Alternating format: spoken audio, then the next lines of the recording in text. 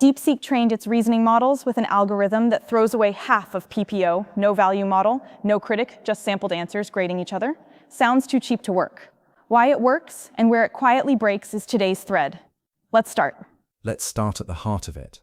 PPO drags a learned value model alongside the policy. GRPO just samples a group of answers to the same prompt and compares them to each other.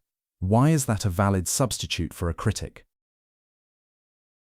Because the only job the critic does there is provide a baseline. Policy gradients want to know whether an answer was better than what you'd typically get, not how good it was in absolute terms. You subtract the expected reward to cut variance. PPO estimates that expectation with a whole second network. GRPO just measures it. Sample a group of answers to the same prompt, score them all, and each answer's advantage is its reward minus the group mean, scaled by the spread. The group mean is the expected reward measured, not predicted. That kills two problems at once. You stop training a value net to guess the ending of a half-finished proof from a single sparse reward, which value nets are genuinely bad at. And you free the memory of an entire model-sized network. That's the reason DeepSeek math introduced it. Measured, not predicted. Nicely put. So why did this click for reasoning training in particular? The trick looks like it would work anywhere. Reasoning is where the ingredients are all free. You need a reliable score for every sampled answer. Math and code give you that. A checker or a unit test. No reward model drift. You're already sampling several attempts per prompt anyway because exploration is the point, so the group costs nothing extra. And the group mean quietly doubles as a difficulty estimate for that exact prompt. A hard problem has a low mean, so an answer isn't punished for the question being hard. It's only compared against siblings of the same question. That's a much fairer baseline than a critic's guess. Contrast that with open-ended chat. Scores come from a learned reward model with all its biases, and sampling 16 essays per prompt gets expensive while the grading gets mushy. Verifiable rewards plus natural multi-sampling. That's reasoning RL. Fair enough. The setting carries half the method. Nothing is free though. When the baseline comes from a group, what did you give up?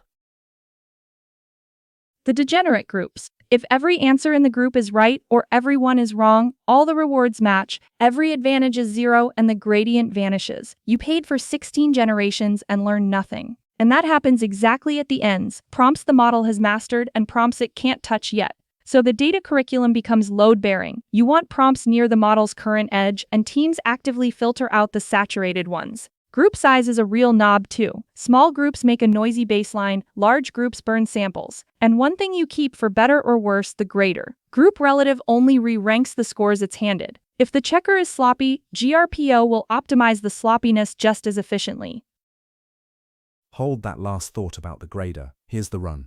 Training reward is climbing, steadily.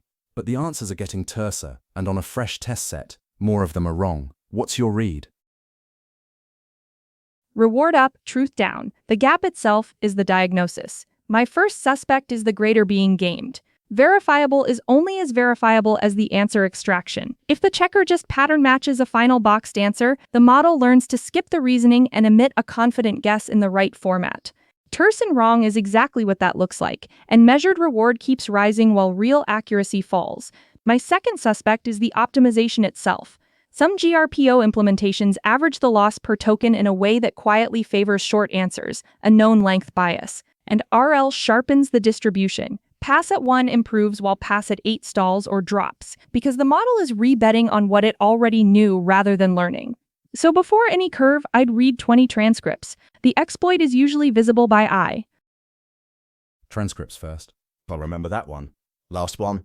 You own this training run now. What do you actually change to keep it honest? In order of yield, fix the grader first, tighten the verifier so a bare guess in the right format stops scoring. Require the work, not just the box. It's the cheapest change and it removes the incentive at the source.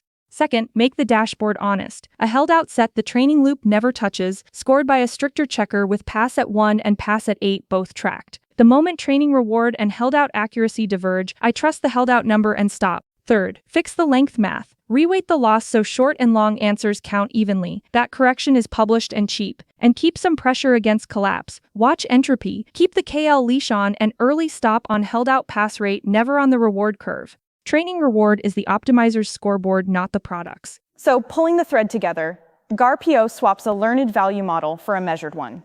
The group's mean reward is the baseline, which is why reasoning RL with verifiable graders adopted it so fast. But it only re-ranks the scores it's given. When reward climbs while answers shrink, suspect the grader first and the length math second, and judge the run by held-out pass rates, never by its own reward curve. If this kind of prep helps, like this episode, share it with someone who's interviewing, and subscribe to Interview on Your Way. More and better questions are on the way.